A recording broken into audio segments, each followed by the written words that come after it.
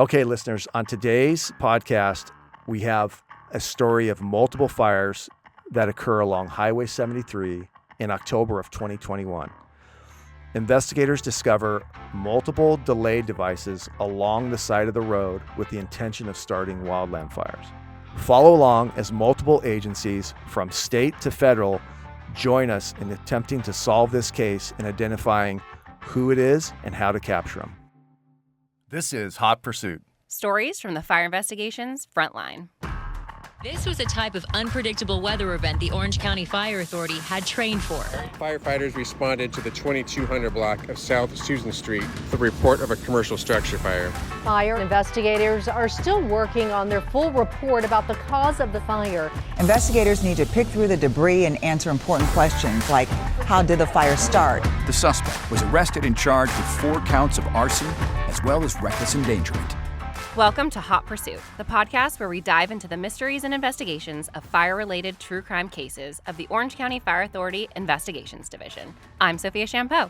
And I am OCFA Fire Captain and Fire Investigator Scott Kuhlman. And together, we'll take you behind the scenes of some of Orange County's most fascinating and often chilling fire investigations. From arson to accidental fires, we'll explore the evidence, the suspects, and the untold stories that emerge from the ashes.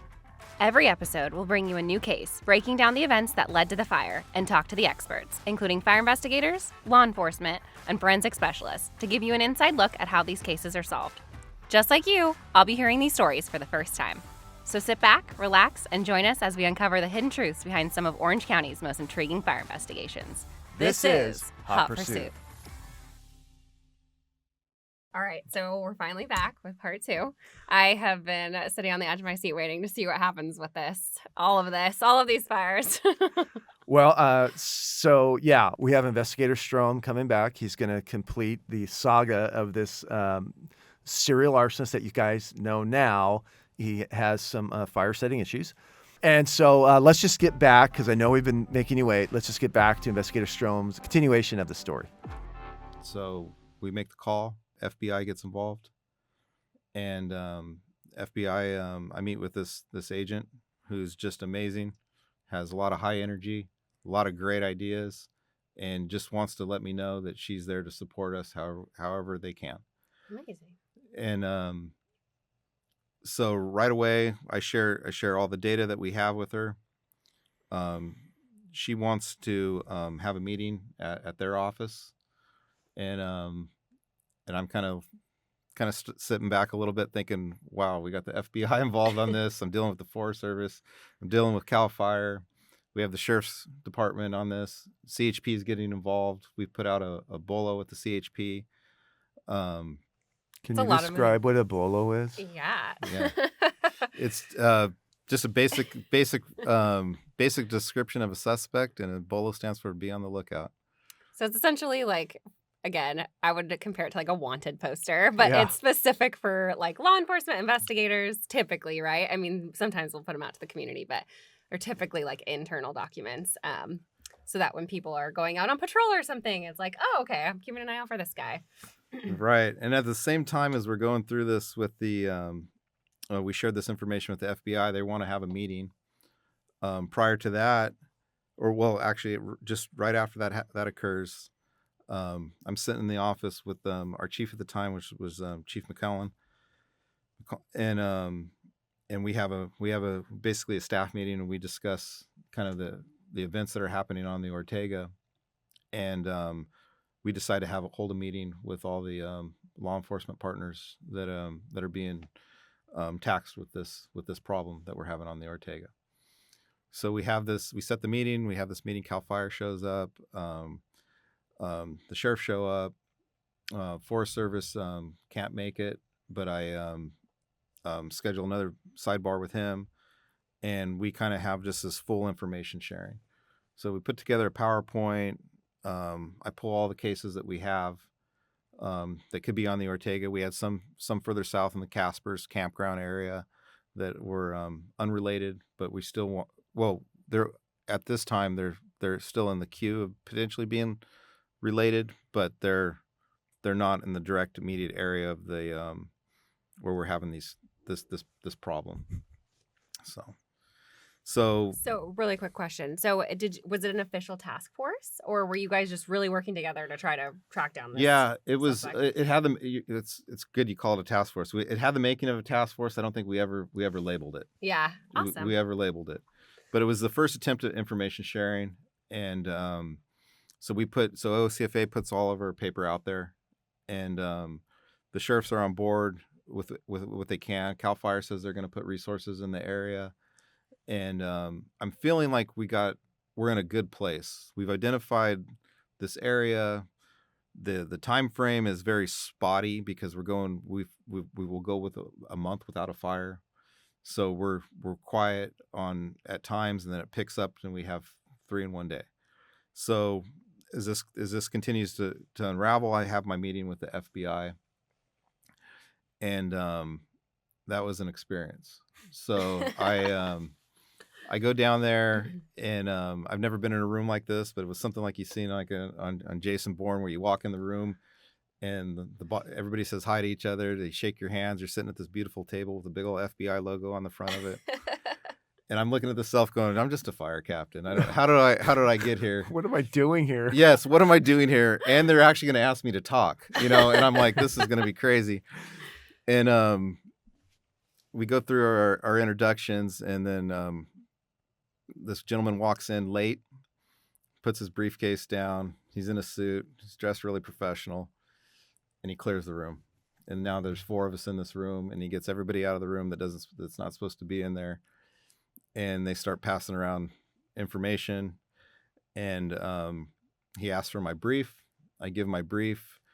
At times he looked like he wasn't listening. And then he comes at me with some very intelligent questions, specific to timelines, to the case, to what we've processed, what we haven't processed.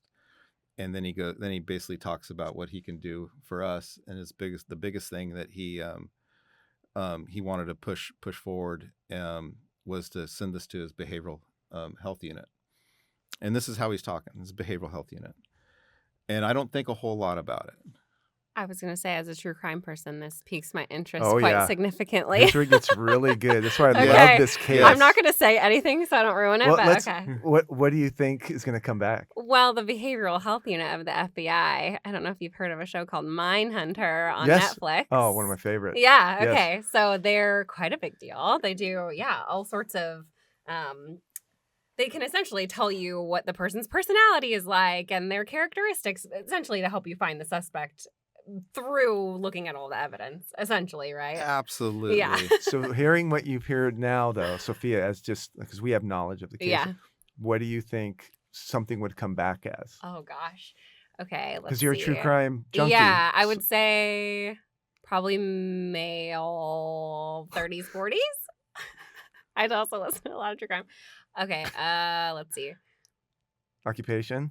Okay, I'll say either like healthcare or public safety, or maybe just because Wow. of what we said. Or he's a commuter, I'm going to assume. So maybe something, I don't know if he's commuting to Orange That's good. County Very or from smart, Orange though. He's a County. commuter. He's a commuter. Do you think married, single? Ooh. Well, it's in the afternoon, so it's not like he's sneaking away from a wife. Again, I'm assuming he's a man. Man, you are a true crime sneaking I away am- from a wife. Yeah. That would have never entered my mind. Really? I mean, I would be like, hey, Justin, where are you? So maybe single, or maybe he has a girlfriend. I don't know. Let's see. Yeah, Let's see let's what see. he Well, comes wait, I don't back want to with. ruin it for our listeners. Okay, keep going, and then we'll find out. a little No. bit more. So we. Or yeah, what did they tell you? So FBI sets a meeting to go on a conference call with their behavioral health unit, and I'm. This kind- is on my bucket list. Like, I want everyone to know that he spoke to the behavioral health unit at the FBI. And I don't really think a whole lot about it. I'm thinking like it's another section that we have here in OCFA. You know, like that's cool. I'll talk to whoever's going to help us out here because we're working some long hours and we're concerned. And Our producer's even laughing at yeah, him. you know. So Long hours make us listen to anybody. you're right. Yeah. So we're you know, and I'm probably a bad historian on the time and the story, but we're about 10 months into this at this point. Okay. You know, and we've had, so we're pinging right around 8 fires, No, let me take that back. We're at 9 fires because I can count the last 2 pretty quick. So how many are in Orange County of the 9? So we have 4 Okay. that are being linked right Okay. now in Orange County, and then we've had the spree that's went up that was out of the county, and then we've had some ancillary reports of fires at the top of the Ortega on the Riverside County side. Okay. So 9 fires in, 10 months in. yeah, so we're pinging about a fire a month, and the buzz around here with our chiefs is concerned. I had a chief pull me aside and want to remind me that this is pretty much in line with Coda de Casa. So basically, if I can break that down to clear that up, that's one of the local communities immediately in that area. So if these fires continue, that's what it's threatening. Right. And it's a very populated community. Very Yeah. populated. They're home during the day. 2 ridges over. Yeah, 2 ridges over. And there's a lot of other buildings and structures there. But for our concern, for our dirt, the one that it would hit initially would be Coda de Casa. So we're like, Which we protect. We that's our provide dirt. fire. Yeah, so we protective protect that. services for, yeah. Yeah, so I mean, there's and just a shout out to OCFA. I mean, I've worked from another agency, but the way our agency is supported and the way that our section supported is like none other. And as far as man hours and resources and cameras and whatever we need, trucks and vehicle, whatever we need to do our job, drones has been there for us. Can I jump on that Of too? course. We're both from a different agency. We both came over together about 5 years ago, and then we wanted to come here. We were actually the union leadership that brought us over, but the amount of attention and resources that this agency gives to fire investigation and prevention is like nothing I've ever seen, and that's why I think we have such a high success rate. From the way we structure it to he can work until it's solved. We just want to get this out of the public threat. And something I would love to add to that is that our taxpayers may not know is this is not an additional service that you pay additional money for. This is just something that you get for free because you contract with the Orange County Fire Authority, or you're in our service area, or you're in an unincorporated area of Orange County. And obviously, mutual aid is huge. We will help our partners wherever we can and support them. But for those of you that are in our particular service area, just have that peace of mind that this is something that just comes with the territory, quite literally. And we do help out our brothers and sister agencies across, and we'll even help the military because we have bases around us at both ends of the county. So they, even before we came over, OCFA was so giving. We would call OCFA and say, "Hey, we need to do a cell phone warrant. We need to do this, that." They would help us out. They'd help us write it. They've always been a great partner to your surrounding agencies. And now that I'm on this end, I'm like, this is really cool to be able to do that. So that's a real good thing that he points out. Yeah, so we're working these hours. We're in it to win it.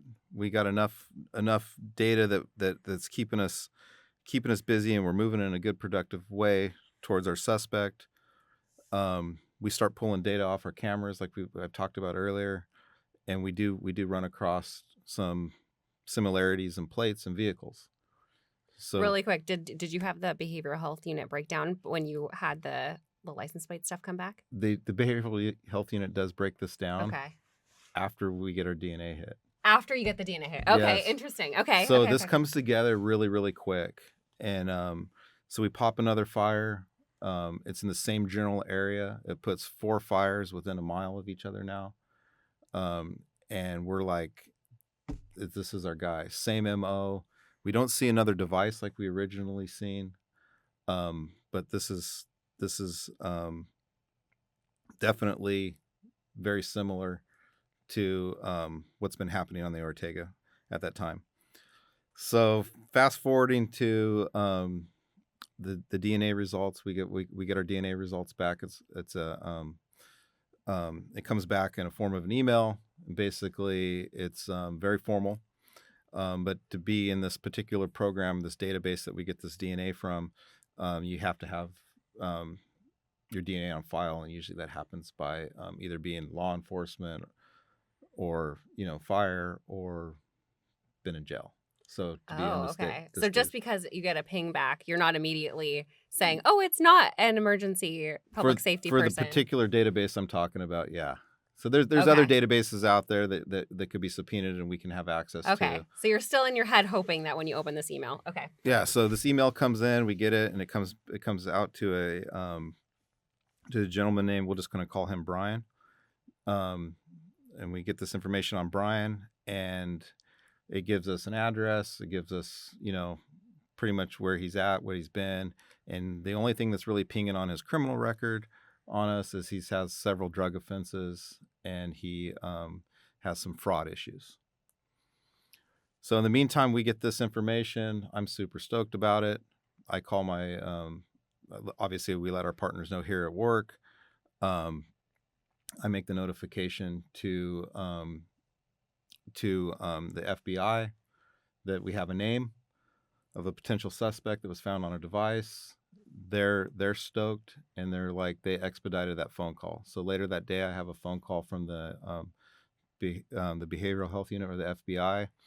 Again, not really putting any importance on this. You've never really dealt with them. No. I'm still impressed over their conference table. The big FBI logo. The big FBI logo. I'm not thinking really who I'm talking to. So the phone rings. I put it on speaker. I put it in the office. We have a new chief of our section at this time. He's brand new, and I set it on the table. Chief Truehill's in there with me, and hey, Bill, how you doing? This is Special Agent.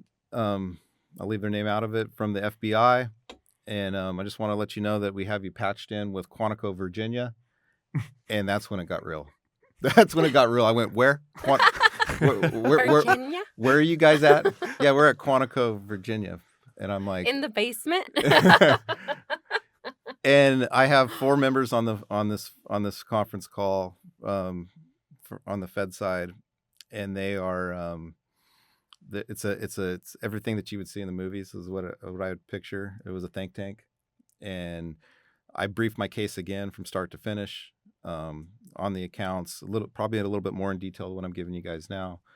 Going over the timeline. They're interrupting me. They're asking specific questions, what I'm seeing, what I'm feeling, what I'm thinking. They wanted to know questions about traffic. They wanted to know questions about the weather. And as an investigator, I mean, I'm right there with them. I'm just impressed that they're asking these kinds of questions. It's like I was talking to another fire investigator. And they get done, and then a gentleman that had a title of a doctor decides to interrupt everybody, and he basically tells me that this individual has a drug problem, and I'm like, yeah, he read the rap sheet, okay. And he goes, yeah, this individual has a drug problem. He's like in his mid-30s. He has a fascination with fire and police, and that's the first time I heard that. I think that this individual's acting very sporadic, and with a drug history and his fascination with police and fire, and even military, that you should be very, very careful on how you approach this guy.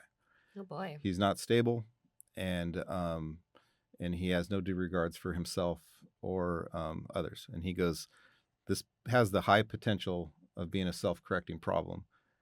And I'm like, what? Self-correcting, like kill himself? And I'm like, sir, what do you mean by that? And he goes, well, he's either going to fight with you guys or he's going to take his own life. Oh, And like suicide by cop or something? Very, if very, he gets to that point. Very, very matter of fact. And then they discussed some specifics about the case. They talked a little bit more about his criminal background and why they were interested in him besides the fires. He did have a substantial amount of bank fraud that was also international that they were very concerned about.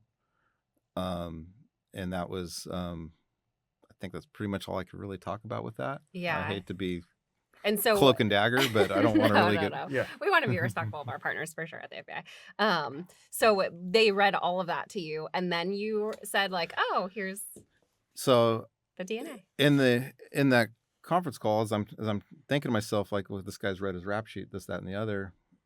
This agent that I was working with, this local agent that I was working with, asked him if they've seen the rap sheet, and then the behavioral health unit says, no, you know this individual's name. And that's when the second time my jaw hit the table.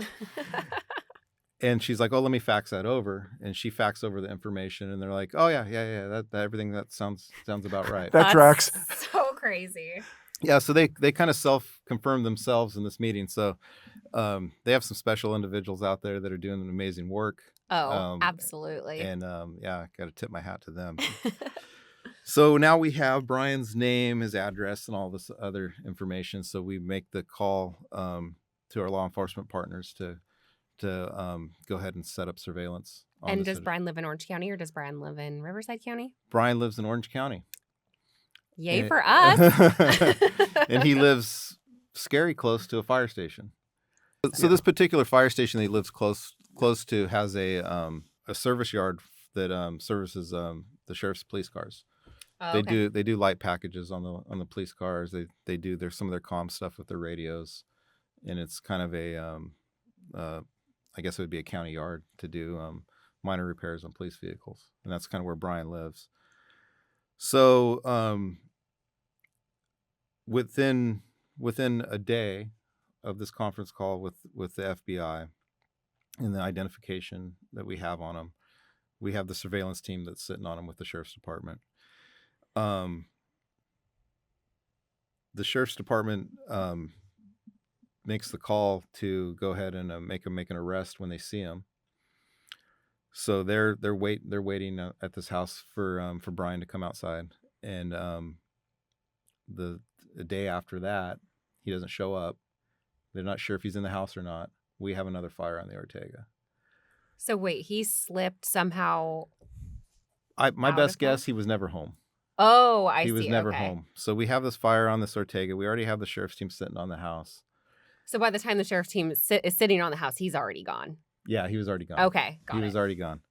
So we get this other fire on the Ortega. This one's different. It's a little different MO.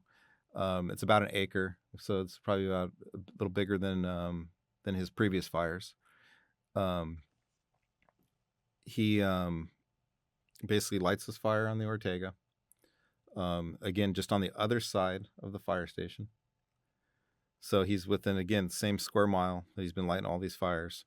He lights his fire on the Ortega, videos this fire on his phone. He's kind of the video that he took on this phone was basically talking about the size and how fast it's moving, and how like a fire influencer? Like, what is this? Pretty much. You look exactly like he was doing a podcast. What?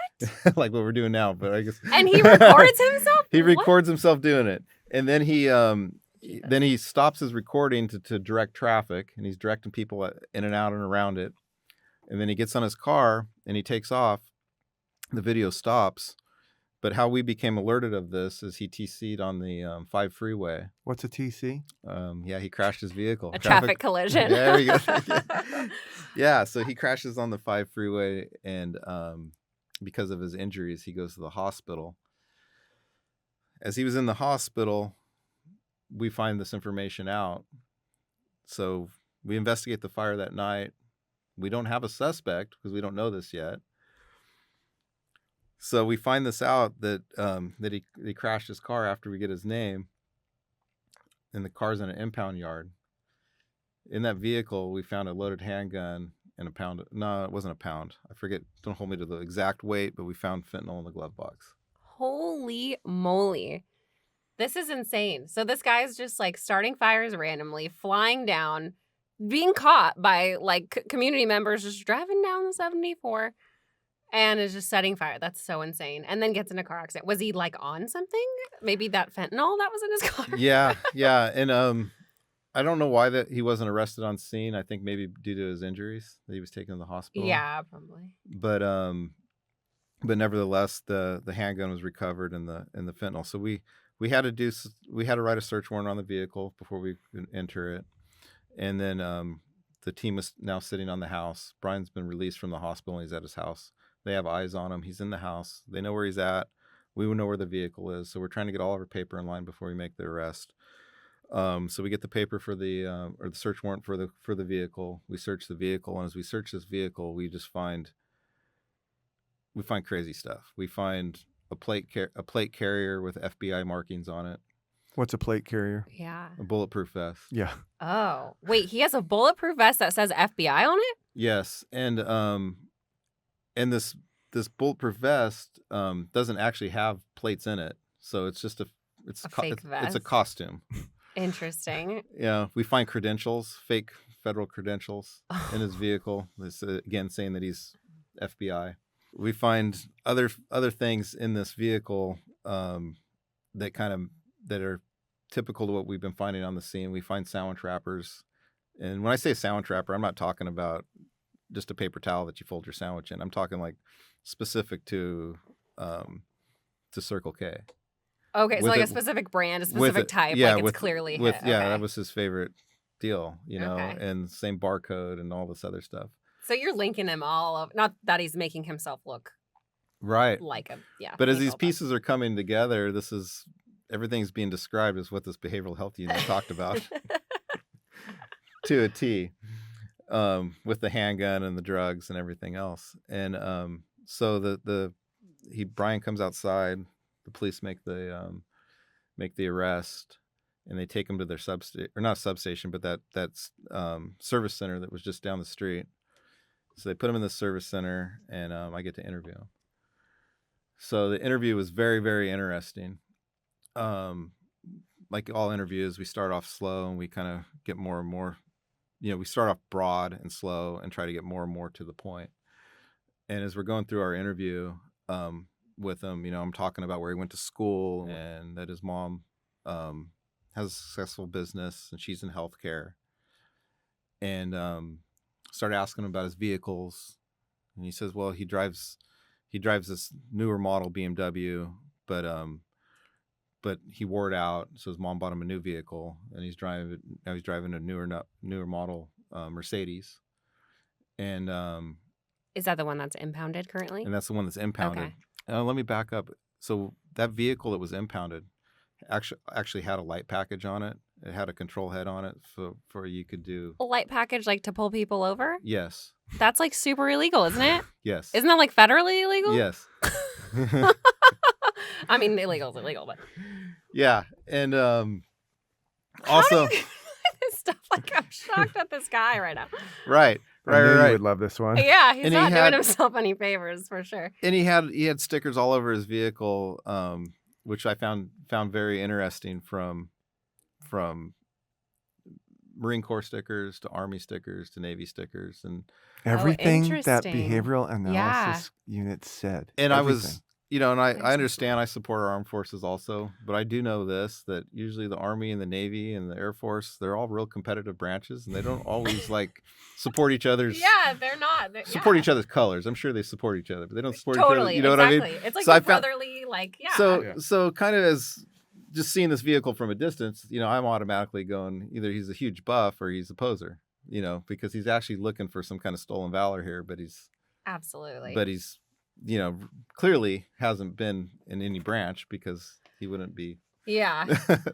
Oh my gosh. Okay. So So- he's getting clearly more suspicious. I mean, Right. you already know it's him because of DNA, but Right. So I'm going through this interview with him, and so I ask him about the stickers in his car, or on his car, and he's like, oh yeah, I just support our military, I love our military, this, that, and the other. And I go, have you ever told anybody that you work for the government? Knowing that we already had the fake credentials. yeah. And he just had a long pause, and he told me that he was a confidential informant. Okay. And I said, oh really? Who's your handler? Yeah. We'll just give him a call right now. Yeah. Let's get you out of this, mister. We're gonna clear this all up. Yeah. Clear it up right now. Yeah. So he didn't have a phone number at that time, but I'm still waiting on a phone call from Chris. Yeah. Down in San Diego. Yeah. That's gonna be calling me to let me know he's good.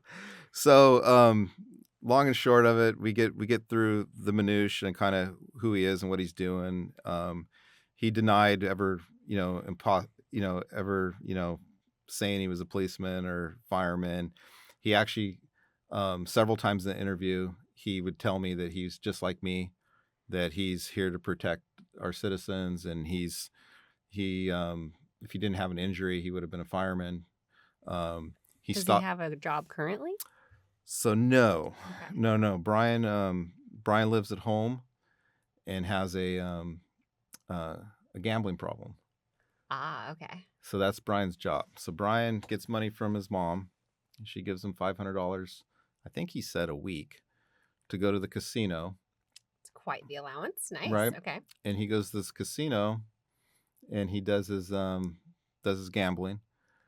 And it's suspected, and my hypothesis on this is that he would go to the casino, he would lose big, and then he would light fires on his way down to the Ortega. So there's a casino in Lake Elsinore Oh, okay. that he frequented, Ah. and there was also another couple casinos that he told me that he would go to in the San Diego area.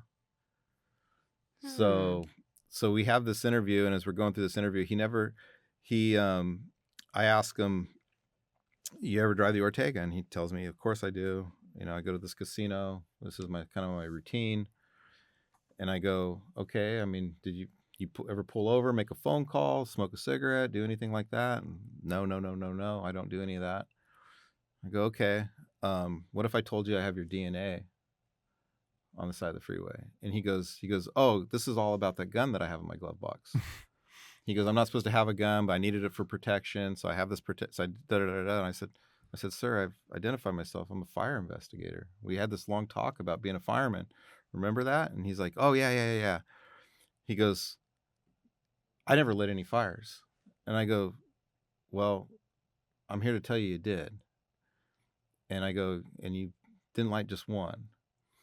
And he goes, "Well, how can you say that?" And I told him, I said, "Well, sir, I got your DNA on this particular bottle." And he goes, "Was it a Gatorade bottle? Did it have a hole?"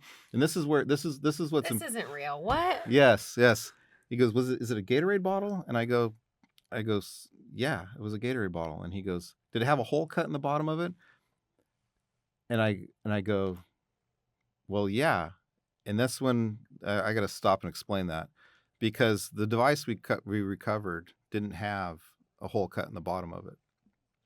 So my best guess is that this gentleman's been lighting these fires, and his pattern has changed. Oh. So by putting a hole in the bottom of the Gatorade bottle, the fire's able to get more oxygen. So by lighting both pieces of paper and sticking it out there and throwing it out your window, using it as a delayed device, he might have had 10% success with that, maybe.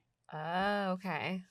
But you put another hole in the bottom of that fire's going to get more oxygen. It's going to go quicker. It's going to grow quicker. It might not give him as much time before the device actually incinerates vegetation, but it's probably going to be more successful. So, of course, when he asked me if it had a hole cut in the bottom of it, I said yes, just to see where it took us. And he basically told me, he goes, "Yeah, I do that, and that's how I get rid of my trash." That was just Gatorade that I took a drink of and put my trash in there and threw it out. I go, "Do you always light your trash on fire before you throw it out your window?" He goes, No, I never lit any fires. I never lit any fires. So he never really admitted to the fires. Just the device. Just to the device and the DNA putting him there. The interesting piece on it is we're able, now that we know who he is and we have his vehicles, we're able to rerun the license plates and kind of see there. And then we had him coming in and out of the Ortega at the start of 4 of these fires. Oh my So we goodness. decided to go further with prosecution and make the arrest on the 4 counts, knowing that there would be more, but the data that we needed to collect was going to be on his cell phone. So we wrote the warrant for his cell phone, and we were able to collect the cell phone. So reviewing his cell phone, that's when I was talking about the pictures of him going up and down the highway. Reviewing his cell phone, I was able to see the video of what he was doing. I was also to see video of where he was at the casinos. I was able to see video of him doing fentanyl. He had videos of his buddies that were doing fentanyl. He had videos of him impersonating an officer. Yes. What? He had a video of him going. Why are you recording your illegal activity? I mean, I just don't do illegal activity, but then don't record it for the cops to see later. He's doing it for the gram. Yeah. And I mean, literally, gotta get those followers. the interesting thing about the lights that he had on his vehicle is he actually had them inside of his vehicle.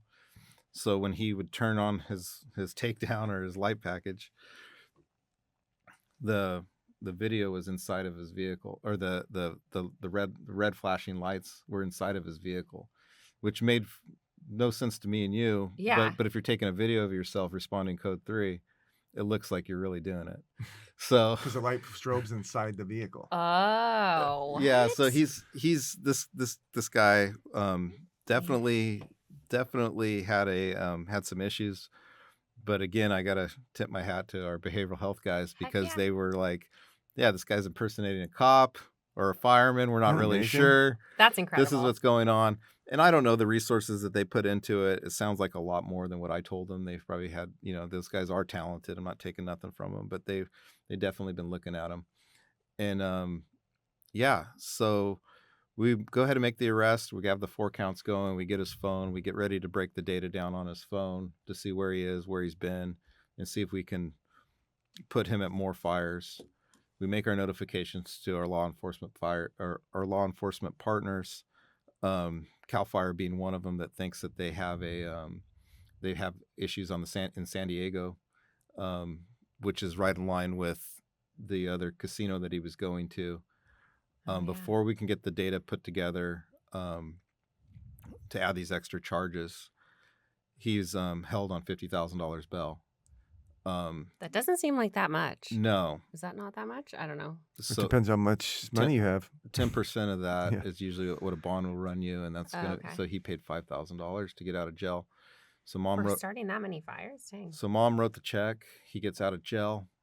He proceeds to get his $500 allowance to go to gamble. So he doesn't go to Elsinore this time. He goes down to San Diego. And we're waiting.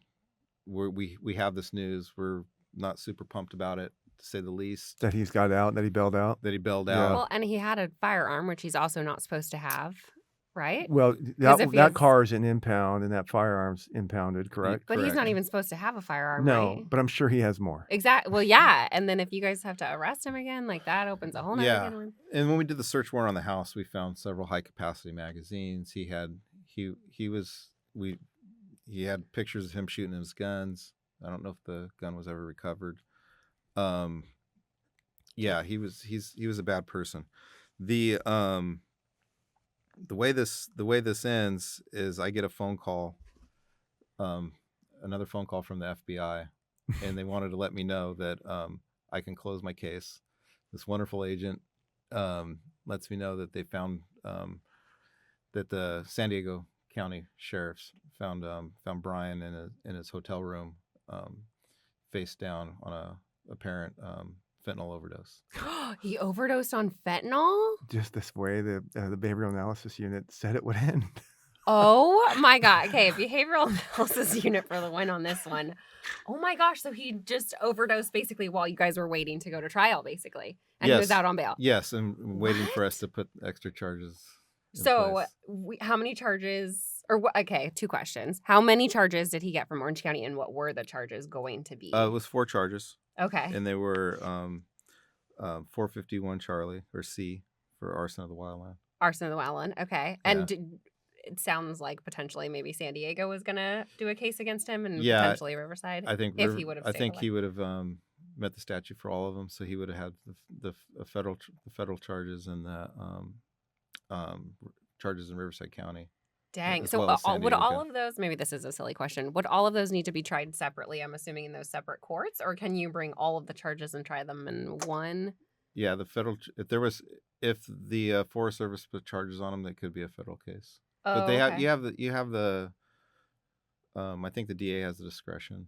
Oh, really? Okay, that's interesting. Don't hold me to that one. I'm not sure. Yeah. Wow.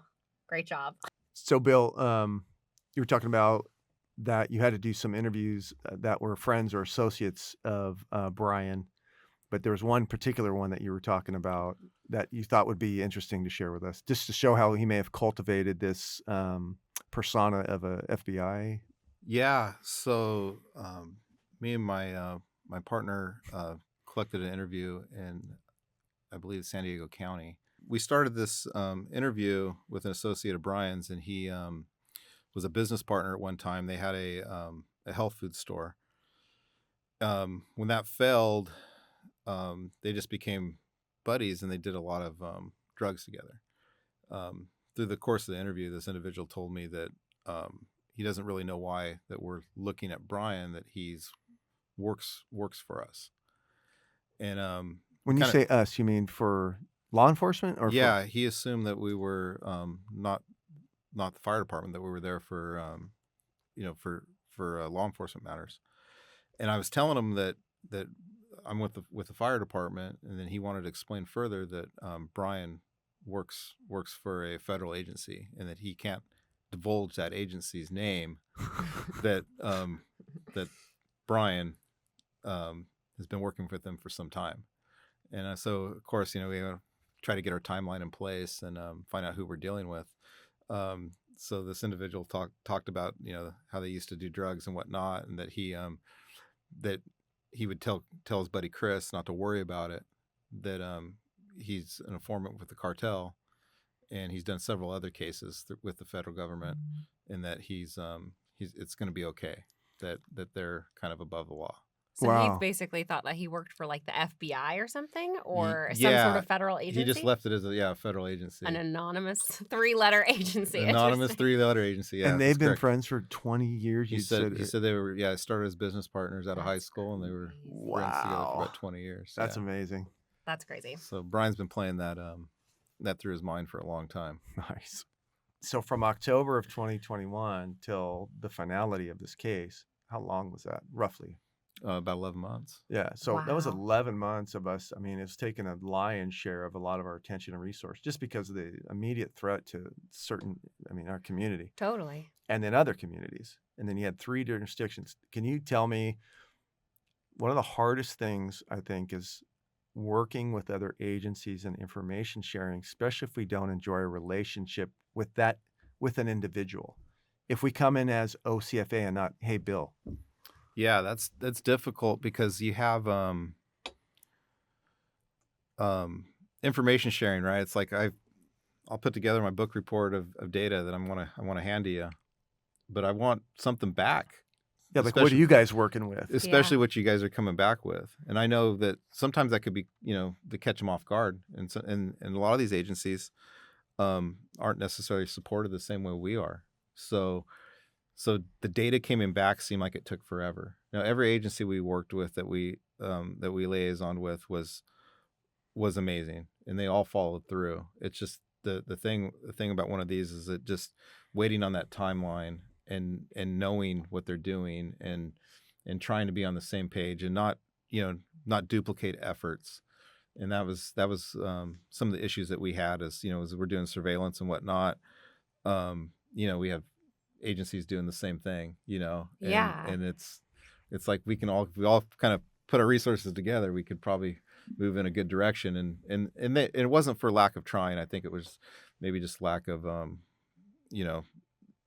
maybe communication, or just not working together as often. Yeah, I think what's interesting, being a true crime listener I've been listening, I was probably too young to be listening, but it's interesting because I feel like a common theme that you get in the cases are, oh my gosh, they don't talk to each other, or these two agencies aren't talking to each other. And you look at cases like Zodiac or whatever, right? And they're older cases. And so hearing, especially like newer cases, whether it's ours or whatever, and how these agencies are now making such an effort to not only help each other out, but with resources like you were saying and things like that, like for the common good. It is a really cool thing as a true crime person to see that such a big shift has happened in such a cool way. Granted, like we're not privy to all the all the things that go on behind the scenes, but seeing it as a lay person and then hearing it like straight from the horse's mouth from you guys is really a really cool way in which like investigations is going, because it only really helps you guys and then the community in turn, because that person gets arrested.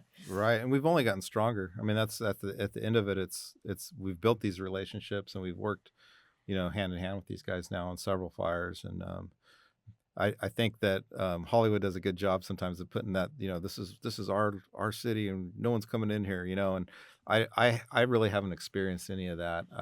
For the most part, everybody's, kind of has the same mission, and that's just to put the bad guy in jail. And 100%.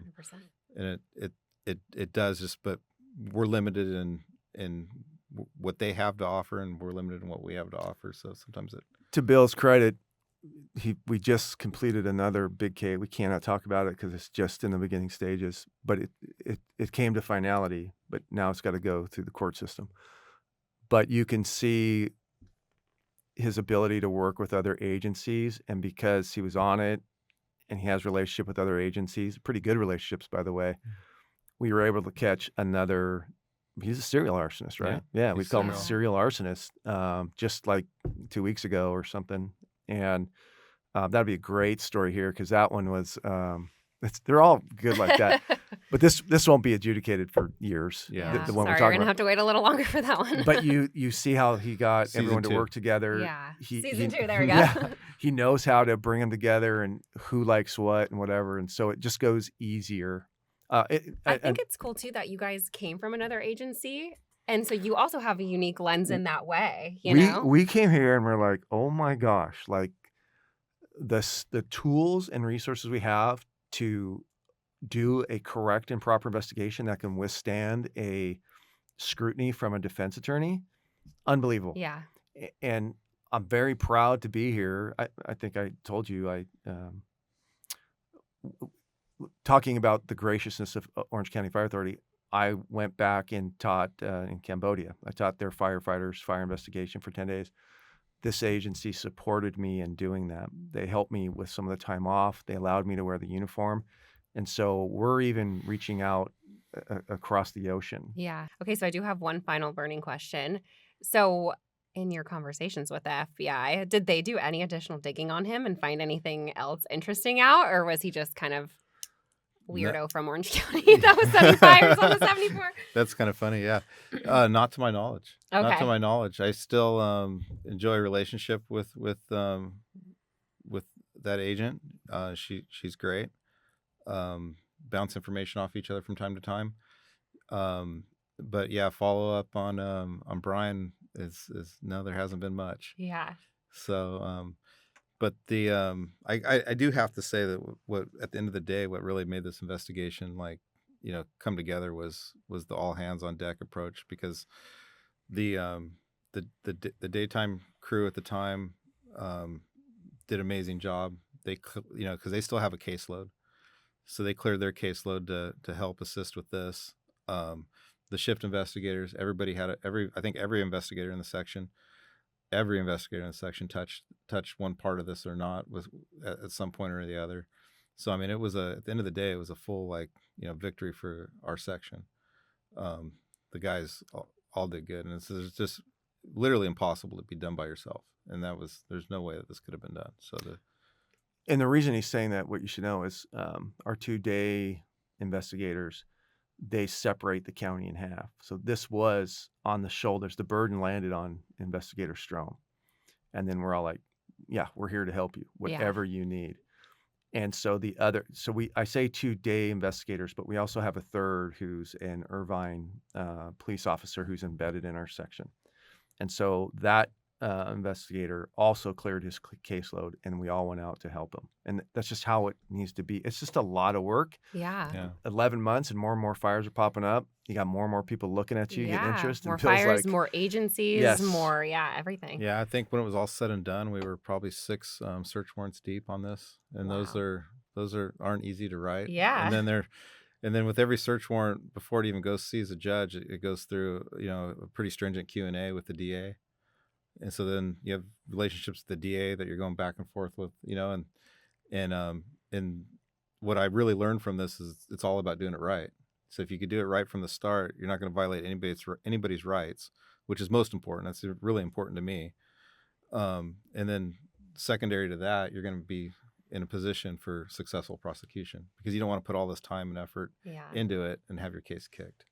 For sure. Well, thank you so much for bringing this case to us. An incredible job on the case. Obviously a sad outcome, which we wish it turned out a little differently, but great job. And thank you so much for joining us. Yeah, hey, thanks, Investigator Strohm. That was great. Appreciate you coming on. Yes, great job. All right.